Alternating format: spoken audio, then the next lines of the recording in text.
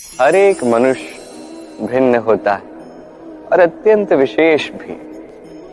हर एक मनुष्य भिन्न भिन्न वातावरण में पलता है, बढ़ता है। हर एक की अपनी अपनी सोच होती है, अपनी अपनी विचारधारा होती है। जब अनेक भिन्न विचारधाराएं एक साथ आ जाती हैं तो होता है विवाद। अब विवाद के समय कभी भी देखिए, ये दो व्यक्ति यदि इनमें विवाद हो रहा है तो ये सदैव प्रयास करते हैं कि ये सिद्ध कर सके कि सामने वाला व्यक्ति, उसकी सोच, उसकी विचारधारा या उसका ये कथन अनुचित है। अब यही प्रेम पूर्ण रूप से यदि आप समझने का प्रयास करते हैं तो सामने वाले व्यक्ति की बात, उसकी मंशा क्या है, उसमें उचित क्या है, ये हम समझ पाते हैं। एक और है ये विवाद, जो आपको सामने वाले व्यक्ति को अनुचित सिद्ध करने पर विवश करता है।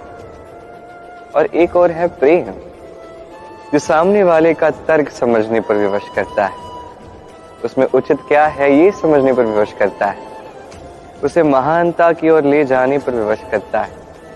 तो इस विवाद को त्याग दीजिए, प्रेम को अपनाइए। इस संसार में एक बड़ा ही विचित्र शब्द है, भाव। इसका उपयोग जीवन में भी किया जाता है, व्यापार में भी किया जाता है। एक उद्योगपति कहता है कि व्यापार का भाव सदैव ऊंचा होना चाहिए, बड़ा लाभ होता है। दूसरी ओर एक ऐसा व्यक्ति जो परमार्थी है, जो ईश्वर के दर्शन का स्वार्थी है, वो कहता है कि जीवन का भाव सदैव ऊंचा होना चाहिए। कई बार मनुष्य क्या करता है, व्यापार का ये लाभ इसे ऊंचाई पर पहुंचाने के लोभ में जीवन का भाव गिरा देता है, जबकि ये समस्त संसार प्रेम से ही तो चलता है। प्रेम ही तो इस संसार का आधार है। अब ये प्रेम करना यदि आप सीख जाते हो तो आपको निश्चित रूप से व्यापार में लाभ के साथ साथ कीर्ति और यश भी मिलेगा। ये मैं निश्चित रूप से कह सकता हूं, क्योंकि व्यापार में उतार और चढ़ाव चलते ही रहते हैं। जीवन यदि आपने एक बार ऊंचाई पर पहुंचा दिया, कभी नीचे नहीं आएंगे। जिन संबंधों में कोई नोक झोंक नहीं, कोई रूठना मनाना नहीं, कोई छोटी मोटी लड़ाइयां नहीं, वो संबंध केवल और केवल मस्तिष्क से निभाए जा रहे हैं, मन से नहीं। तो इस मन से प्रेम कीजिए और इन छोटी मोटी लड़ाइयों का, इस खट्टी मीठी नोकझोंक का आनंद उठाइए, क्योंकि इसमें भी प्रेम है। आपने ये सुना होगा, एक नन्हा सा बालक ईश्वर का स्वरूप होता है। अब भला ऐसा क्यों कहा जाता है, क्या आपने कभी ये सोचा है? मैं आपको बताता हूं। किसी नन्हे से बालक को देखिए, वो क्या करता है, सबको समान दृष्टि से देखता है। उसके मन में ना तो कोई छल है, ना कपट है, ना अहंकार है, ना किसी बात की चिंता है। सबको समान दृष्टि से देखता है और स्वयं में ही प्रसन्न रहता है, सारे विकारों से मुक्त। यही तो सारे गुण उस नन्हे बालक में, जो ईश्वर का स्वरूप होते हैं। अब सोचिए, यदि हर एक मनुष्य इस नन्हे से बालक की भांति ये सारे गुण अपने भीतर जागृत कर दे तो क्या होगा? वो भी ईश्वर तुल्य ही बन जाएगा। तो आप भी यही कीजिए, इस मन को विकारों से मुक्त कीजिए, एक नन्हे से बालक की भांति। मन में ना कोई चिंता रखिए, ना मोह, ना क्रोध, न किसी प्रकार का छल कपट।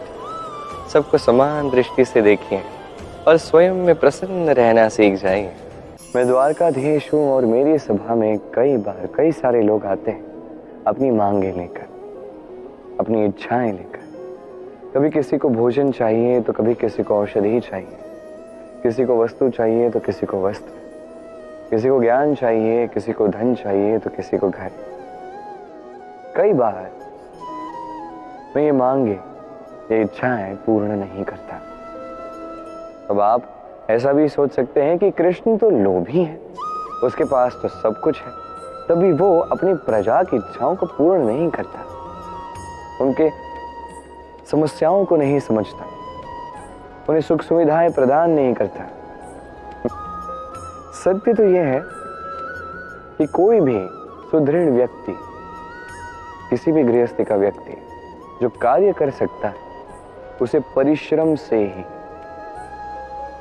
अपनी आवश्यकताओं को और इच्छाओं को पूर्ण करना चाहिए। यही अति आवश्यक है और ये वो कर सकता है कला, व्यापार, व्यवहार या ज्ञान के आधार पर। इन मार्ग पर चलना होगा, परिश्रम करना होगा, तभी वो कुछ अर्जित कर सकता है। अब ऐसा कोई व्यक्ति जिसे इन सब में रुचि ही नहीं है, वो कुछ करना ही नहीं चाहता, वो कुछ अर्जित नहीं कर सकता। अब ऐसे व्यक्ति को यदि मैं कोई वस्तु दे दूं तो क्या हो? वो पराधीन हो जाएगा और ये उसके लिए उचित नहीं। तो क्या करना उचित है? उसे मार्ग दिखाना, उसे समझाना कि किस मार्ग पर चल के तुम अपने लक्ष्य को प्राप्त कर सकते हो। कला, ज्ञान, व्यवहार और व्यापार, इस मार्ग पे कैसे चलना है ये सिखाना, और ये मैं करता। इससे क्या होता है? व्यक्ति स्वाधीन बन जाता है। संसार में वो जो भी चाहे उसे प्राप्त कर सकता है। कभी किसी से कुछ मांगने की उसे आवश्यकता ही नहीं पड़ेगी। ये बात सदैव स्मरण रखिएगा। जब भी दान कीजिए सोच विचार कर कीजिए। ऐसा दान कीजिए जिससे सामने वाला व्यक्ति स्वाधीन बन जाए, पराधीन नहीं। माखन की मटकी कभी आपने तोड़ी? कितना आनंद आता है। ये माखन की मटकी टूटती है, सारा माखन हम सबके शरीर पे गिरता है, मन को उल्लास से भर देता है। किंतु इसके लिए बाल गोपालों को कितने प्रयास करने पड़ते हैं, कभी आपने सोचा? पहले तो एक के पश्चात एक परिश्रम करके सावधानी से उन्हें ऊपर चढ़ना होता है। तत्पश्चात संतुलन बनाए रखना पड़ता है, गिरना नहीं। तत्पश्चात सधे हाथों से इस माखन की मटकी को तोड़ना पड़ता है, तब माखन मिलता है। अब ऐसा ही कुछ हमारे जीवन में हमारे साथ भी होता है। अब आप कहोगे कि माखन की मटकी तोड़ने की प्रक्रिया, इसका जीवन के साथ क्या संबंध हो सकता है? तो हमारे मन में भी एक मटकी है, अहंकार की मटकी। अब ये अहंकार की मटकी जब टूटती है तो सत्य चित का आनंद चारों ओर बिखर जाता है। ये मन, ये आत्मा दोनों प्रसन्न हो जाते हैं। किंतु इसके लिए भी आपको बाल गोपालों की भांति प्रयास तो करना ही पड़ेगा। संतुलन बनाए रखना होगा इस मन में, इस बुद्धि में, अच्छे और बुरे में, लालच और परमार्थ में। फिर सधे हाथों से इस अहंकार की मटकी को तोड़ना पड़ता है। देखिए, ईश्वर के तत्वों को पाना है तो अहंकार की मटकी को तो टूटना ही पड़ेगा। आइए और मेरे साथ प्रेम से कहिए, राधे राधे।